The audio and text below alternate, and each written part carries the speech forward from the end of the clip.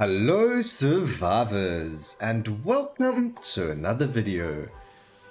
So firstly, Merry Christmas everyone for yesterday. I hope you all had a fantastic day and a very good holiday day. I hope you all got spoiled and got lots of presents and everything like that. And I hope you all stuffed your bellies full with roasts and everything else and some good food. Next, well, you know, as you can see, we actually are 900 subscribers, and well, you wouldn't believe it, but 91% of you are not subscribed. That is correct. In the last 28 days, 91.8% of you aren't subscribed. So if you aren't subscribed and you've been enjoying these videos, please remember to hit that subscribe button. I would really appreciate it. Alright, so let's get straight into the video now. We've finished with all the introductions over there. In today's video, we are going to be running the Assassin. We are going to be doing Curse 7. I have not done one before the update because I just found it really difficult to do like a pure Assassin build where the runes were what they are, like without having to change your mastery. So instead of using like Holy Mastery or Arcane, Nature, things like that, I've been trying to do like pure runs where I use what the character has to finish the high curse levels. So finally the game has twin dagger for the assassin, which is on his second weapon. The curved daggers, it causes weakness and the damage is also multiplied by 5 if you are behind the target. That brings us to the second main skill, which is smoke bomb. Now what smoke bomb does is when you are behind, every time an enemy is in the radius of smoke bomb, so it's obviously smoke, they are treated as if you are hitting them from behind. So here it is over here. You throw a bomb, it distracts, it slows enemies, and it causes all your attacks on enemies inside the area to be considered as attacks from behind. Distracted also reduces the target's chance to hit by 10% for 5 seconds. So if if you get a lot of multicast for smoke bomb, you can get 100% chance to miss for 5 seconds if you have enough of these smoke bombs on top of an enemy. So really cool to know, that that's actually possible. Anyway, let's get into the run. We're going to be playing on Curse 7 and let's get it going. So again, like I just mentioned, we are going to be looking for those two skills. The other skill that is also very nice for the build is Rupture. It causes disoriented and it also knocks down everything besides for bosses, which is very handy, very useful, very good for survivability. We then also going to go for either Chaos Bomb or Chromatic Bolt. The reason I would go Chromatic Bolt is for the damage to Generalist, but the reason to maybe take Chaos Bomb is so that you have a second bomb tag to help you get more area of effect or multicast for bombs, which will then help with the smoke bomb. Again, we are prioritizing multicast, cast frequency, and area of effect for this build in order for us to get the most out of it. So there, if we're going to take smoke bomb first, there's the most important skill here. And now we can work on the area of effect of it. So as you can see, it is tiny right now. But every time something is hit within it, we do 5 times more damage because it is considered a backstab or a back attack. Alright, so backstab is the second skill that starts off with the assassin now. It used to be on his other weapon. So it did get changed up a little bit over there, which is fine because backstab works just as well. It also deals hemorrhage damage when you attack from behind, which we do a lot of. Alright, exposed weakness is fantastic. Bloodlust is also good for the movement speed and the cast frequency. And we're going to go for life in the beginning. There's expansive, which is very nice. And now, do you know what? I actually think Bomb Barrage is good here. It's also got the bomb tag, and what's really nice about it is, you guessed it, it's got weakness. So even more weakness so that we can deal more damage to the bosses.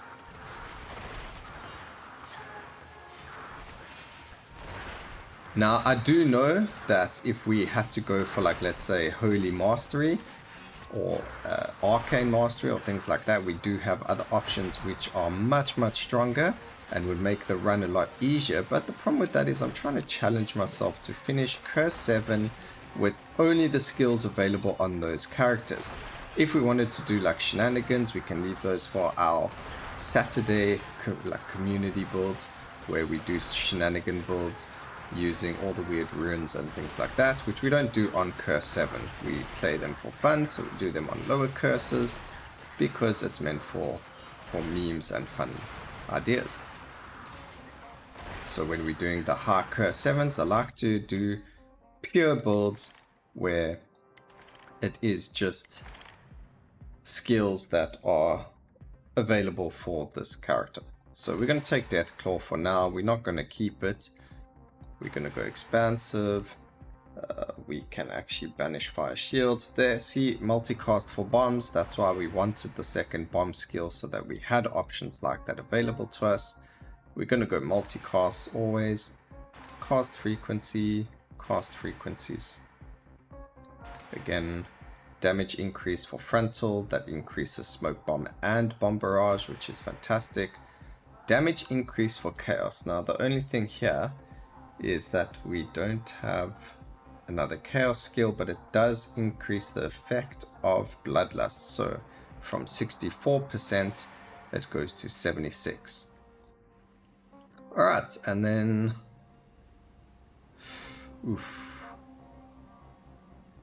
now we'll go damage. We'll go damage first. Okay, we are still looking for a lot more area of effect.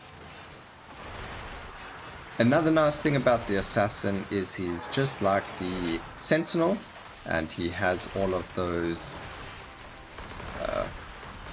3 dodges, which are really nice to have on a character.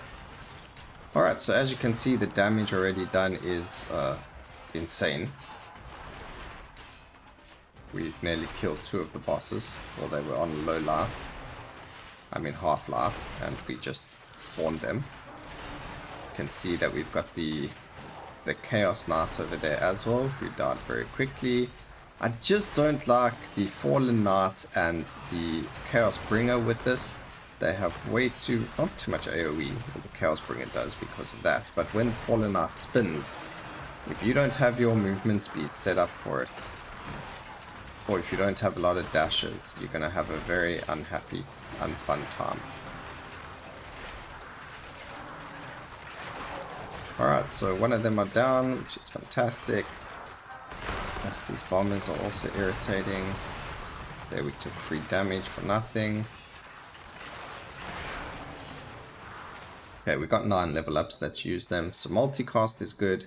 Yeah, crit. We will try and get as much crit as possible as well, because, you know, crit is king here. Multicast. We're going to go area of effect. Here's our chaos bomb. I think we'll grab it instead of Deathclaw, and then that's going to help. Oh no, wait, we're going Rapture. There we go. Okay, so we got Rapture now as well, which is going to help us fight against the elites and the Void Hunters, because now we can knock them down. Again, you want area of effect, cast speed, so it's up as much as possible, and you can reach as far as possible with it.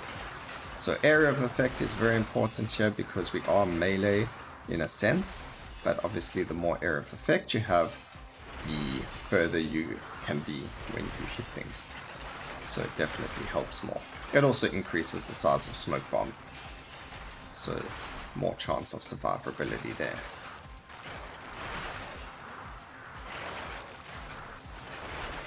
Alright, cast frequency again, movement speed's good.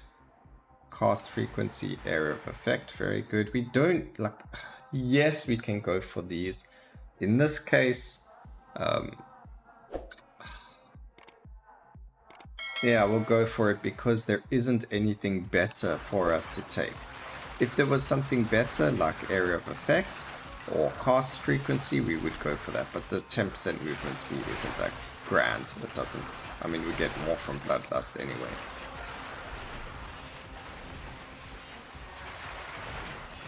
Alright, the nice thing is that Rupture actually, what's the word I'm looking for?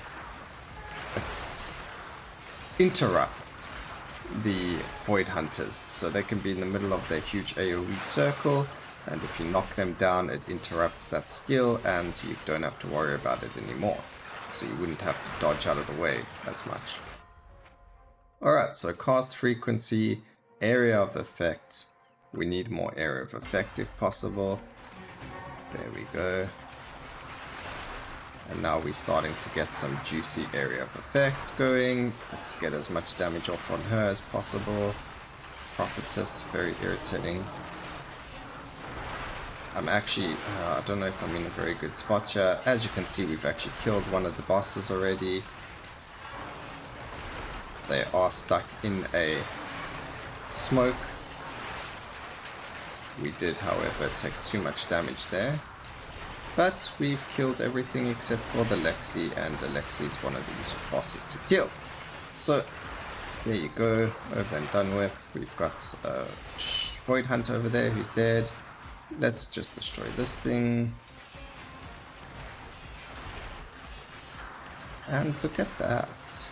Okay, my life is kind of low, unfortunately, because, you know, we don't really have that many defenses.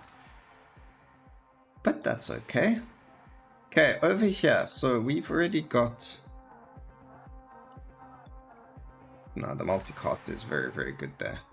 Cast frequency, and come on, we can go for damage, that's fine.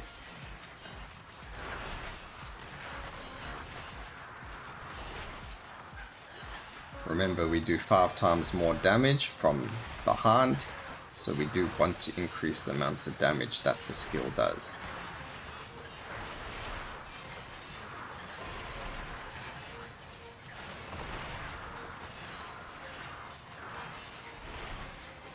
And as you can see, even without backstabbing things, we are doing a lot of damage to them, just in general now. So obviously going for a lot of multicast, a lot of cast frequency, area of effect, pretty much everything that's good for anything. You know, that's just the way it works.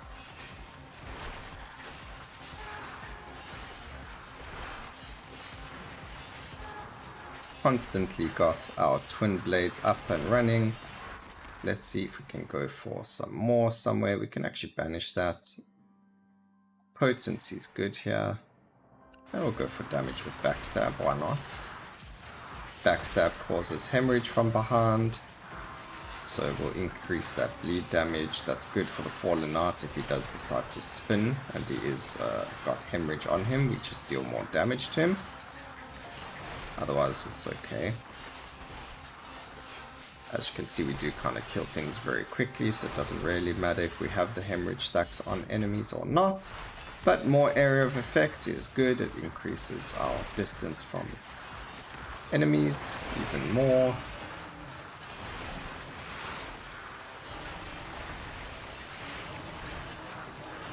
And there he goes spinning. We're gonna just chill here for a bit. Actually, we can destroy this in the meantime. He will be dead very soon. Okay, there's one boss down.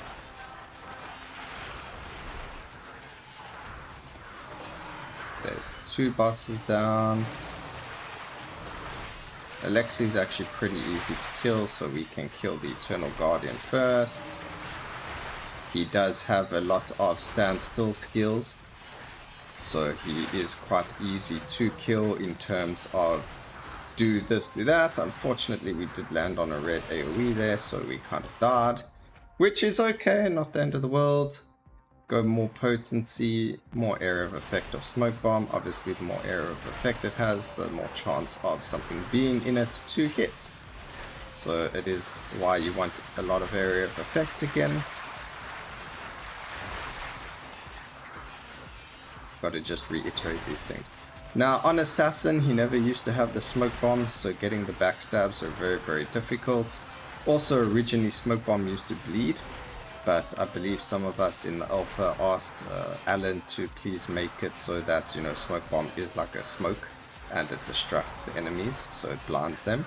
So it was more survivability, which in turn makes it easier to do C7 with him. Because yes, bleed is fantastic and it would have worked amazingly with scent of blood, but it didn't actually have a defense to it, so it became like a, oh okay, well, it's great for the backstab, but even if you smoke bombing enemies, you're not really smoke bombing them. I don't know if any of this makes sense to any of you. Oh my goodness, we got a double Chaos Bringer. That's terrible for us. We got to kill them as soon as possible because of all the bombs. Not cool. Oh man, that's not cool. Okay, but one of them are dead, so that is cool. Both of them are dead, but we don't have another laugh, so that's not good for us. Ass incarnations, it's very easy to kill, don't have to worry too much about him. We do just have to worry about the Void Hunter, who I believe died, but there's so much going on right now. Also, if you guys don't like the Void Hunters, or if you don't like the Void Presence, the ghost thing that follows you around, you don't have to put them on. You don't, if you want to do Curse 7, you don't have to do it at 48. You can lower it, you can get rid of the Void Presence. You can play the game however you want and make it as difficult as you want. So you don't have to have things exactly on 48 curse intensity. If you don't like the Void Presence and always having to worry about it, especially if you're running minions, then turn it off. You know, you need to have fun in the game. You need to enjoy what you're playing, otherwise the game's just going to become laborious and you're just going to get irritated and upset and you're not going to enjoy what you're doing. So make sure you're playing on the settings that you're comfortable with what you're happy with, and you can always like theory craft or work out something that will make things easier for you. Or maybe you'll get that one run when you're trying to do Curse 7, full Curse 7, and you're like, oh, well, you actually get the Swift, so you have more dashes, so it's easier to survive, or other things like that. Or like you try and do swing and you finally get your scent of blood now, that it's really, really difficult to get the skills you want, so it feels a lot better when you do get them. I don't know. It's each to their own and how they like to enjoy the game and play it. Alright, so we've only got one boss fight left. Hopefully it's not double Chaos Bringers, because that was terrible for me.